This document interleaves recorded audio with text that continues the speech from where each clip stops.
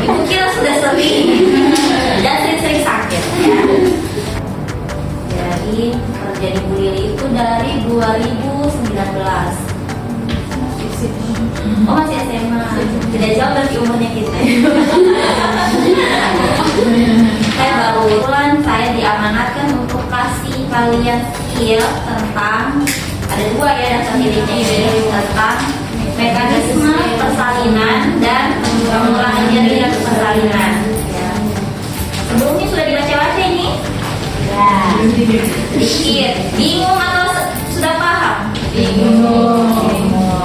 Lebih bagus bingung, jangan tidak mengerti sama sekali. Kalau ada bingung berarti ada proses mau belajar, ya. Gitu. Memang mekanisme persalinan ini gampang-gampang sulit, gitu. Karena kita bingung apa yang dia bilang, kayak itu atas panggul, apa di sinkritisme, kan membingungkan bahasa-bahasanya kalau baru pertama baca. Ya. Ini sebelumnya kita sebelum belajar mekanisme persalinan, seharusnya kalian sudah belajar tentang anatomi kepala bayi dan panggul. Sudah. Jadi sebelum kita masuk di sini memang harus belajar dulu bagaimana itu kepala bayi, bentuk panggul ibu ini. Nanti saya cerita pintu atas panggul, yang mana pintu atas panggul, yang mana ini spina ischiadica. Jadi memang harus belajar. Saya juga bawa pantong nih, karena saya takut ini pantong agak-agak keras. Nah, ternyata keras. Saya punya pantong yang kecil. Kalian pernah punya kayak begini? Lucu kan, lucu gemoy. Jadi ini panggul dan bayi sudah lama saya punya sejak saya kuliah 2012. Jadi waktu itu, dan ini saya pajang terus di rumah. Saya pajang. Sudah saya tidak tahu saya pajang di dinding. Jadi ini mengingatkan saya kalau misalnya belajar, oh dulu pernah nih belajar ini, oh yang ini, oh sacrum, yang ini, jadi yang dilihat lagi gitu. Jadi kita yang pertama belajar mekanisme persalinan. Jadi tentu saja ini kan untuk melahirkan, kita sapa ibunya. Jadi nanti maju ujian praktek dua orang ya, dua orang ke dalam. Jadi yang satu jadi probandus, jadi pasiennya, yang satu jadi bidannya gitu. Jadi sapa ibunya. Ibu, bagaimana keadaan ibu hari ini? Selamat pagi, saya bidan Fatma, saya bertugas pada hari ini. Saya akan membantu proses persalinannya ibu hari ini. Jika ibu ada yang ibu keluhan, tolong bilang dengan saya, nanti saya akan bantu. Jadi ibunya disapa. Jadi kalian ini ujian praktek seolah-olah kalian ini lagi menolong persalinan, gitu ya. Jadi komunikasi itu yang diperbanyak komunikasi. Jadi jangan anggap ini patung. Nah, karena kita ini kan mau menghadapi pasien. Tapi bukan kalian bilang menyapa pasien dengan sopan. Jadi tidak begitu. Jadi kalian seolah-olah bermain peran bahwa ini adalah pasien sesungguhnya. Gitu. Persiapan alatnya tentu saja karena kita mau bicara tentang mekanisme persalinan harus ada kepalanya dan harus ada panggulnya. Jadi ini harus sudah disiapkan. Toh? Nah, ini kita masuk di yang poin pertama untuk engagement. Sudah dibaca ini? Sudah? Bingung? Nah, kalau untuk engagement sendiri ini, di mana bagian terendah janin yang metaparietal ini, dia ini masuk ke pintu atas panggul. Nah, ini biasanya ini bisa sampai menyentuh stasiun 0. Stasiun 0 itu di mana? Stasiun 0 itu di spina ischiadica. Jadi kalau kita dari perabaan, dari palpasi dari luar, dia bidannya pada saat palpasi bilang sudah tidak goyang. Nah itu sudah itu artinya dia sudah masuk di pintu atas panggul. Itu sudah masuk tandanya. Nah umumnya untuk primigravida itu harusnya di 37 minggu, 38 minggu dia harus sudah engagement, dia harus sudah masuk. Ada yang tahu kenapa? Karena pada saat primigravida itu otot-otot masih kaku, jadi dia sudah masuk ini menyesuaikan bentuk panggulnya. Nah untuk kalau yang multigravida itu dia masuknya di mendekati persalinan, bahkan sampai menjelang mau melahirkan baru dia turun gitu. Itu normal. Kenapa? Karena kepala pada saat rongga panggul ini karena sudah anak kedua, ketiga, dan keempat dan seterusnya, dia sudah elastis. Jadi kepalanya itu akan masuknya nanti mengikuti pada saat kontraksi, pada saat melakukan salinan. Tapi perlu diingat, kalau untuk masuk tidaknya ini engagement ini seperti ini, itu tergantung besarnya bayi, tergantung kesesuaian panggul. Kalau tidak sesuai kan CPD. Kalau CPD bagaimana? Ya tidak bisa lahir, jadi harus dioperasi karena bentuk kepala saja tidak sesuai dengan diameter panggul gitu. Kemudian bisa juga karena ibunya ada penyakit kronis dan lain-lain. Jadi itu ada hal-hal tertentu yang diperhatikan. Cuma untuk normalnya dia harus sudah masuk di 37 atau 38 minggu sudah masuk. Jadi kalau nanti kalian sudah jadi bidan, kalian lihat, ih sudah 39 minggu pasti goyang kepalanya, dipalpasi. Jadi harus waspada, sudah siap-siap, sudah siap ibunya suruh ambil PPS dan persiapan juga dan lain-lain ya. Ini engagement. Poin kedua, kita masuk di descent. Descent ini turun artinya ya, turun. Untuk descent sendiri, dia ada dua, ada sinkritismus dan ada asinkritismus. Untuk sinkritismus itu artinya Turus sagittalis itu dia melintang di tengah-tengah jalan layar atau di bagian pintu atas panggul di tengah-tengah sumbu ini. Dia begini, dalam keadaan seimbang, gitu. Seimbang dia dan sejajar. Jadi posisinya kalian begini nanti, bayi masuk. Dia melintang di tengah-tengah jalan layar, tepat di sumbu porosnya. Kemudian asinkritismus dengan adanya hias. Jadi ini perubahan dari sinkritismus ke asinkritismus itu karena adanya hias ya, karena adanya dorongan. Tidak bisa bayi diturun sendiri punya. Tidak bisa.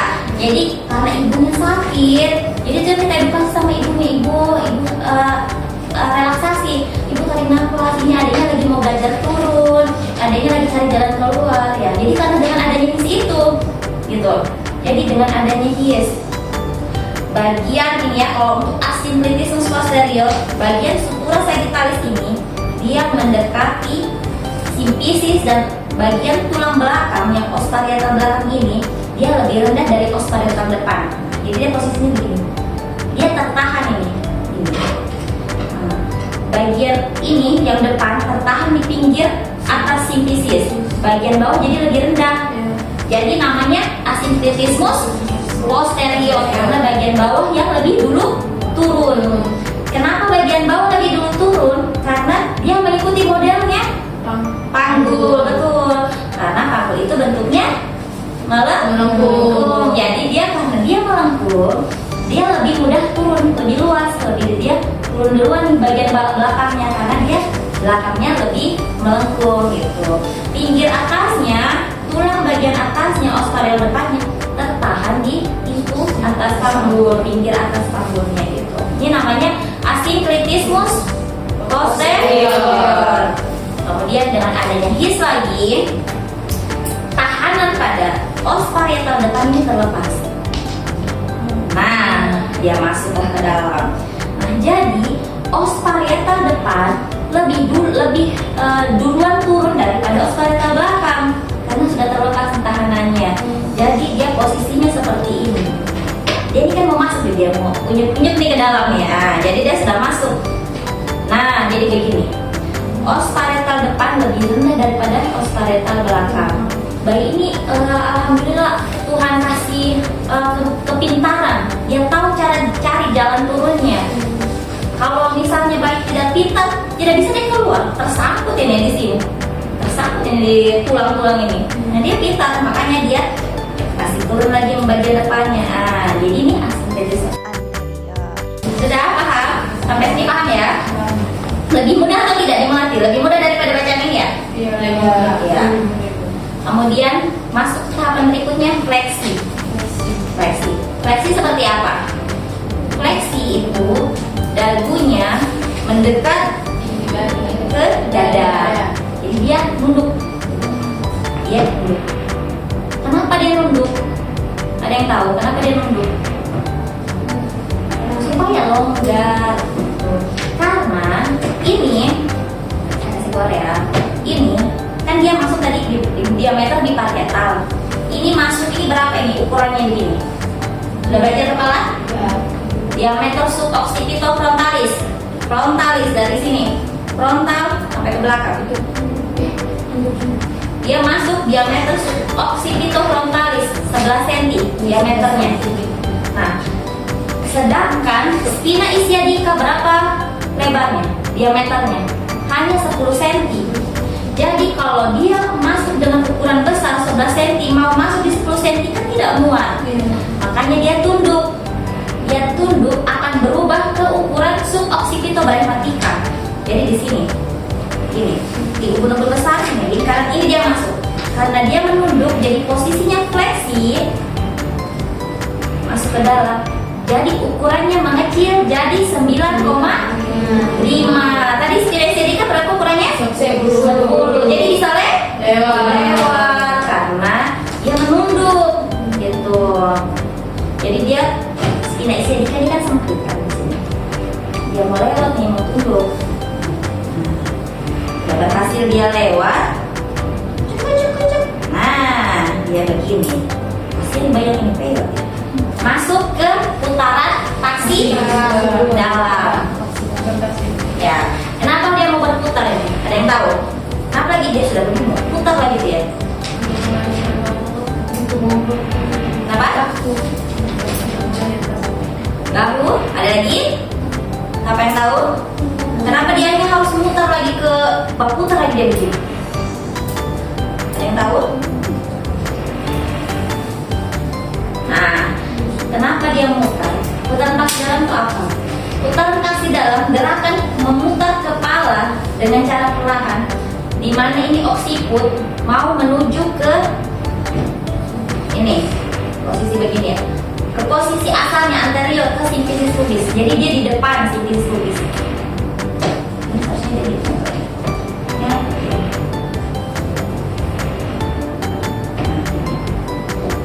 Jadi kalau kita pemeriksaan dalam, sudah pernah periksaan dalam? Belum pernah ya. Nanti dinas dibully gitu kalau gitu. Kalau pada saat pemeriksaan dalam, yang kita raba itu porsionya dan lain-lain. Ubun-ubun kecil ini harus kita raba. Di mana posisinya? Bisa saja pembukaannya sudah lengkap, sudah tidak ada porsionya, tapi ubun-ubun kecilnya belum di bawah pinggir bawah simfisis. Itu jangan dulu dipimpin. Itu artinya kepalanya belum sandar. Bisa saja kepalanya itu ini ubun-ubun kecilnya masih di jam 11 ataupun di jam 1. Jadi kita tunggu dia berputar sampai di pinggir bawah simfisis. Jadi kita raba dia. Oh, kepala ubun-ubun kecilnya sudah di jam 12. Sudah kita pimpin. Ayo ibu bak kuat, tarik nafas gitu. Dan selanjutnya ini seperti apa yang tadi? Ya, yang dipastikan ubun-ubun kecilnya sudah di bawah pinggir bawah simfisis dan pembukaannya sudah 50 cm ya, baru dipimpin. Ini gunanya untuk apa? Jadi kalau dia posisi lahir seperti ini, dia di sini ada hiatus genitalis, dia ada celah untuk keluar. Ini antara muskulus levator anu kiri dan kanan. Jadi dia di sini ada celah di atas otot dasar panggul yang memudahkan dia untuk keluar. Sehingga posisinya keluar harusnya seperti ini. Gitu. Jadi dia kita tunggu putaran taksi dalam. Gitu. Kenapa juga dia mau berputar? Ada juga dua ini, karena bahunya gini ya. Ini kan tadi misalnya gini, bahunya nyangkut nih antara ini pintu atas panggul. Karena ukuran pintu atas panggul yang paling lebar ini ukuran transversalnya, sedangkan bahunya kan lebar. Jadi dia mau kasih lahir bahunya dulu keluar, jadi dia ke bawah juga gitu. Nanti bahunya sudah lewat, putar lagi dia. Jadi dia berputar-putar di dalamnya. Ekstensi, masuk ke tahapan ekstensi. Apa gunanya ekstensi? Ekstensi seperti apa? Mendongak ya. Nah, ekstensi ini untuk menyesuaikan bentuk panggul yang melengkung supaya dia mudah untuk keluar. Kan dia sudah habis nunduk nih, jadi dia mau berdongak. Kenapa dia berdongak? Nih, ini kan sakrum ini kan gini. Kalau dia lahir begini nyangkut, jadi dia harus dongak. Nah, karena bentuknya melengkung. Ini oxcoccyges yang ujungnya ini, yang ini gesernya ke belakang. Jadi dengan adanya his, dia geser nih oksigennya. Karena nih melengkung di bawah, jadi dia harus dongak gitu. Paham ya? Paham. Itu untuk ekstensi. Di mana suboksiput ini dia sebagai hipomoglion gitu. Hipomoglion itu apa? Sebagai sumbu putarnya, sebagai tempat keluarnya yang pertama, hipomoglionnya. Nah, kemudian lahirlah, pada saat lahir berturut-turut ini yang keluar apa dulu nih? Ubun-ubun besar. Ubun besar dong. Nah, yang kecil ini kan di pinggir bosifisis tadi. Nah, jadi dia keluar. Nah, lahirlah ubun-ubun besar, dahi, mata, hidung, mulut. Lahirlah begini posisinya ya. Bisa dibayangkan ya ibunya. Jadi udah pernah lihat proses persalinan? Belum. Nah, nanti kalian lihat. Jadi dia lahir, bayi yang lahir itu proses yang normal. Dia akan begini dia lahirnya. Jadi dia ubun-ubun kecil dulu yang keluar. Jadi dia begini, baru dia mendongak keluar. Jadilah seperti ini. Oke, paham sampai sini? Kita lanjut? Lanjut. Kemudian putaran faksi 2 atau rotasi eksternal. Nah, rotasi eksternal ini maksudnya ini kan dia sudah gini nih keluar ya, bakunya di dalam, ini di dalam. Jadi pada saat dia keluar, kenapa dia harus muter lagi begini? Lahir saja begini. Kenapa? Kenapa dia harus muter lagi kepalanya? Muter lalu dulu begini. Ya, betul. Jadi pada saat dia begini, ini kan bahu depannya, bahunya ini tadi kan sudah lewat ya, sudah lewat masuk di sini ya, di pintu atas karena kan ukuran terbesarnya ya di transversal. Nah, ini sudah masuk nih ke dalam, sudah keluar baik, bahunya ada di pintu tengah panggul. Paham ya? Dia mau putar karena bahunya ini yang bagian terbesarnya kan posisi seperti ini ya. Nah, jadi dia akan mutar begini. Dia ini mutar mengikuti bentuk punggungnya. Kalau dia masuknya tadi punggungnya kan miring nih masuknya punggungnya. Nah, dia baru putar ke dalam dan sampai sini. Dia akan kembali ke punggungnya. Jadi dia akan mutar itu tergantung dia kanan atau kiri. Nah, kalau dia misalnya dia putar faksi luar ke kanan. Kalian harus tunggu. Jadi jangan langsung bayi yang lahir posisi begini langsung kalian tarik. Itu nggak bisa karena menyangkut nanti bahunya di bawah panggul. Jadi kita tunggu, dia akan muter. Dia akan muter kepalanya begini. Nanti kalian perhatikan ya, kepalanya dia akan muter. Jadi pada saat sudah seperti ini baru kita pegang secara apa? Parietal. Jadi kita pegang untuk melahirkan bahu depan dan untuk melahirkan bahu belakang dan sanggah susul. Jadi begitu mekanismenya. Mudah? Mudah. Jadi seperti itu. Ada yang mau ditanya? Atau sudah ada yang bisa praktekkan? Mudah kan? Mudah. Makanya kalau kita lihat ini sulit sekali. Ini bisa tanya kan? Iya, kita bingung nih bagaimana dia keluar, bagaimana apa ya? Padahal tidak sesulit itu. Yang penting dipahami, dimengerti. Oh, begini mekanisme. Jadi kepala itu tidak cuma turun begini langsung keluar. Tidak, dia berputar-putar lagi di dalam. Karena dia mau menyesuaikan ukuran kepala dengan panggul